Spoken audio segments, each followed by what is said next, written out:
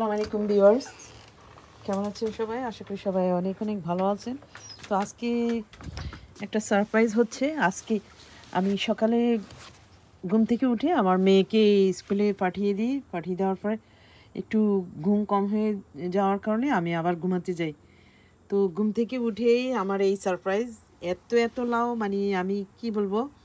আমি 2 দিন আগে আমার হাজব্যান্ডের সাথে কথা হয়েছে, বললো যে গার্ডেনে কোনো লাউ নেই, কিন্তু আজকে সকালে উঠেই ও অবশ্য অলরেডি চলে গেছে। তো আমি লাউ দেখে তো আমার খুবই সারপ্রাইজ এবং মনে মনে অনেক খুশিও। যাই হোক, তো হাজব্যান্ডকে কল করলাম যে তুমি তো বলছো যে কোনো গার্ডেনে কোনো লাউ নেই, তাহলে কেন এত লাউ?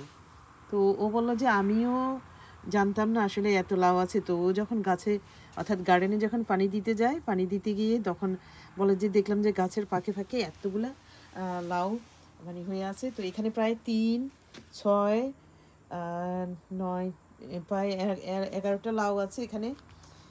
তো যাই হোক, এখন যেহেতু বাহিরে রাখছে, এটা রোদে নষ্ট হয়ে যাবে, তো এই জন্য একটা কাপড় দিয়ে কভার দিয়ে দেওয়া হয়েছে।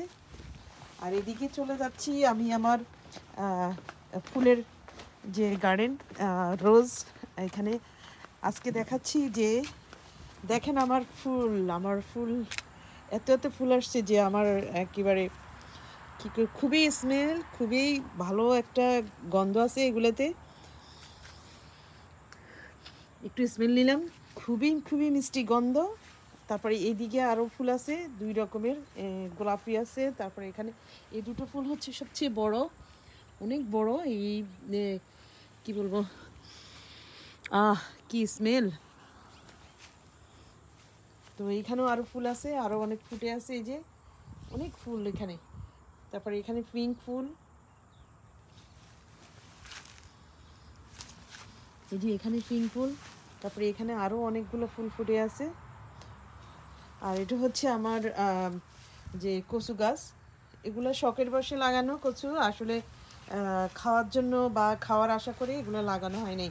তো যাই হোক, শীত তো প্রায় চলে আসার মানে আস্তে আস্তে শুরু। এখন বিকাল হলেই কিন্তু একটু ঠান্ডা পড়ে, কিন্তু এটা এই শীতে কিন্তু গাছ টিকে থাকে। বাট যদি এর থেকে বেশি টেম্পারেচার নিচে নেমে যায় তাহলে কিন্তু টিকানো সম্ভব হবে না। তো আমি কয়েকবার রান্না করেছি, 1-2বার, একটা দুটো তুলে নিয়ে রান্না করেছি। আসলে কচু রান্না করতে একটু ঝামেলাও আছে।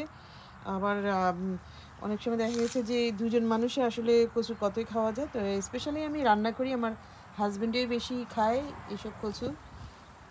তো যাই হোক, এগুলো হয়তো কয়দিন পরে আর থাকবে না। আর এই যে গোলাপ গাছগুলোকেও মোটামুটি, যাই হোক, সকাল বিকেলে পানি দেওয়া হয়। আবার বৃষ্টি হলে অনেক সময়, বৃষ্টিতেও প্রচুর যে এনার্জি পায় গাছ, ইয়েগুলা, ফুলগুলা। তো এই গোলাপগুলো যখন আস্তে আস্তে পুরান হয় তখন আস্তে আস্তে স্মেল চলে যায়।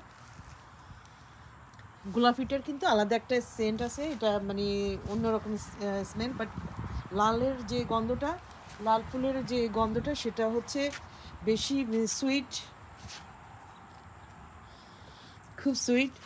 আর এখানে আমার আরও কিছু ফুল গাছ, এগুলো প্রায় টাইম ওভার হয়ে গেছে। আর এটা হচ্ছে আমার আদামনি গাছ।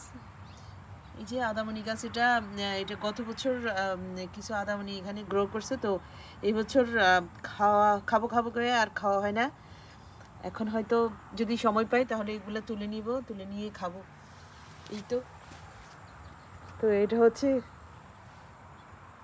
আমার বাসার পিছনের দিকের অংশ। আর দিকে কিছু আমার গাছ টাছ আছে। আর ওইদিকে হচ্ছে আমার এই স্টোরেজের পিছনে হচ্ছে আমার যে আসল গার্ডেন।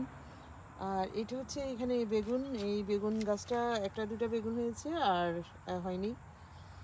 আর এটা হচ্ছে মিন্টের গাছ, মিন্ট গাছ শুকিয়ে গেছে।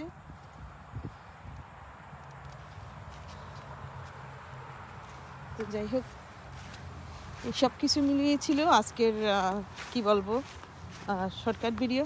তো আপনাদেরকে নিয়ে যাচ্ছি এখন আমার কি বলে, আমার মিষ্টি কুমড়ার যে গার্ডেন, সেখানে মিষ্টি কুমড়ার গাছ প্রায় শেষ হয়ে গেছে। এখানে এখানে মিষ্টি কুমড়ার গাছ লাগিয়েছিল। তো আমি একবার ডুবে তুলেছি। তো কিছু গাছ এখনও টিকে আছে, এই যে অল্প কিছু গাছ টিকে আছে। এই অল্প কিছু গাছে আছে। আর এখানে হয়তো অন্য গার্ডেন করবে।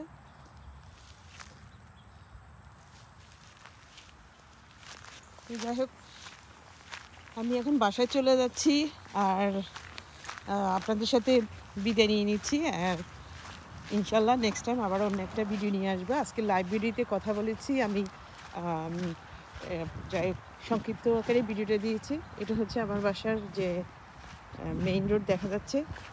তো সবাই ভালো থাকবেন, সুস্থ থাকবেন। ইনশাল্লাহ নেক্সট টাইম আবার অন্য একটা ভিডিও নিয়ে আসবো। আল্লাহ হাফেজ।